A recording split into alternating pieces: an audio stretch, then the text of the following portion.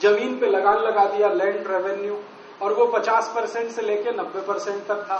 माने जितना उत्पादन करेगा किसान, उसका 50% अंग्रेजों को देना।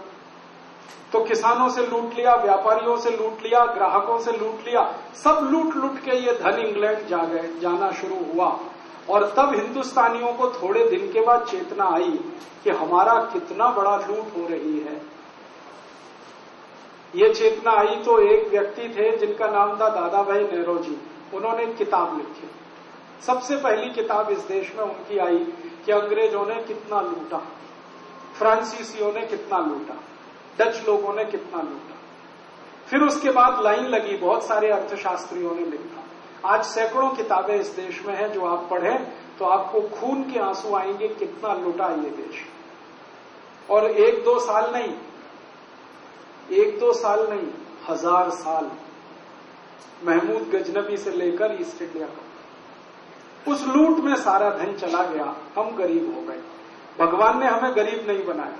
अगर ये देश को भगवान ने गरीब बनाया होता तो सोचो ये देश कैसा होता। हम गेहूं का एक बीज खेत में डालते हैं, फिर उसमें से पौधा बनता है, और उस पौधे में कम से कम 60 से 70 गेहूं के दाने आते हैं।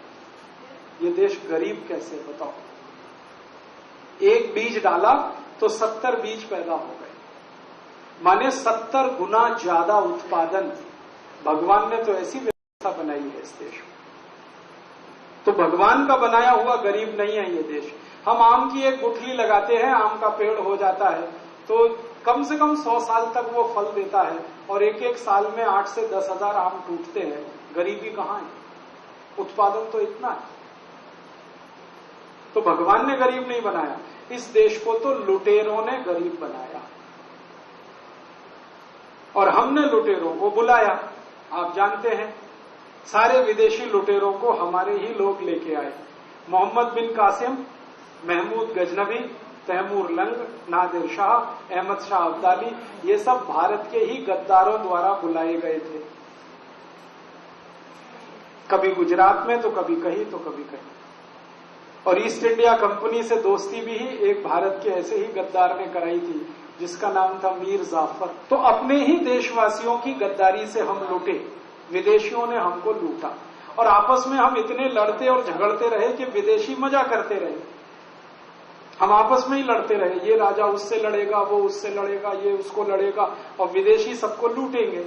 ये चलता रहा इस देश में। इस लूट में हम बर्बाद हो गए। गरीबी आ गई, भुखमरी आ गई, बेरोजगारी आ गई।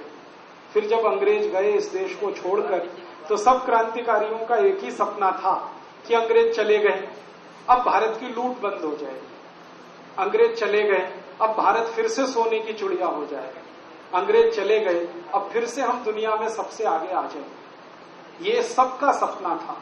भगत सिंह, ऊधम सिंह, चंद्रशेखर आजाद, लोकमान्य तिलक, जितने क्रांतिकारियों के नाम आप जानते हैं, सबका एक ही सपना था, अंग्रेज जाएंगे तो देश फिर से खुशहाल होगा, सुख और समृद्धि वाला होगा।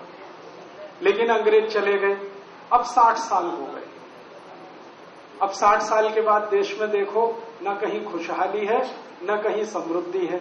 खुशहाली और समृद्धि अगर है तो भारत के 10, 20, 50 लोगों के घरों में धीरू भाई अंबानी, नुस्ली वाडिया, जमशेदजी टाटा या और 72-75 घराने हैं, इनके घरों में तो समृद्धि दिखती है। और इनके साथ इनके कुछ सहयोगी, एजेंट वगैरह है, जो कुल आबादी का 1% से ज्यादा नहीं। बाकी तो गरीबी का पूरा महासागर इस देश में। हमारी सरकार के आंकड़े हैं, 84 करोड़ भारतवासियों के पास एक दिन की आमदनी 20 रुपए से कम। 84 करोड़। तो अंग्रेज गए, 60 साल हो गया, अब देश क्यों नहीं सुखी हो रहा, क्यों समृद्धशाली नहीं हो रहा? बात ऐसी है कि गोरे अंग्रेज चले गए और काले अंग्रेज आ गए। गोरे अंग्रेज तो विदेश से आए थे देश को लूटने के लिए, ये हरामखोर काले अंग्रेज तो अपने देश में से ही पैदा हो गए देश को लूटने के लिए। जिनको आज आप नेता कहते हैं ना, वो किसी भी पार्टी के हों, मैं इनको काला अंग्रेज कहता हूं। ये भी लूटने में ऐसे ही लगे हुए हैं इस देश को जैसे महमूद गजनबी और मोहम्मद बिन कासिम लगे हुए। मेरे पास भारत के 419 नेताओं के सारे रिकॉर्ड्स हैं। जो मैंने एक दिन स्वामी जी को दिखाए थे, और उसी दम पे स्वामी जी कहते हैं स्विस बैंक का पैसा वापस ला। ये 419 नेता हैं जिनके नाम मैं कभी आपको बोल कर बताऊंगा, यहीं दिल्ली में बताऊंगा।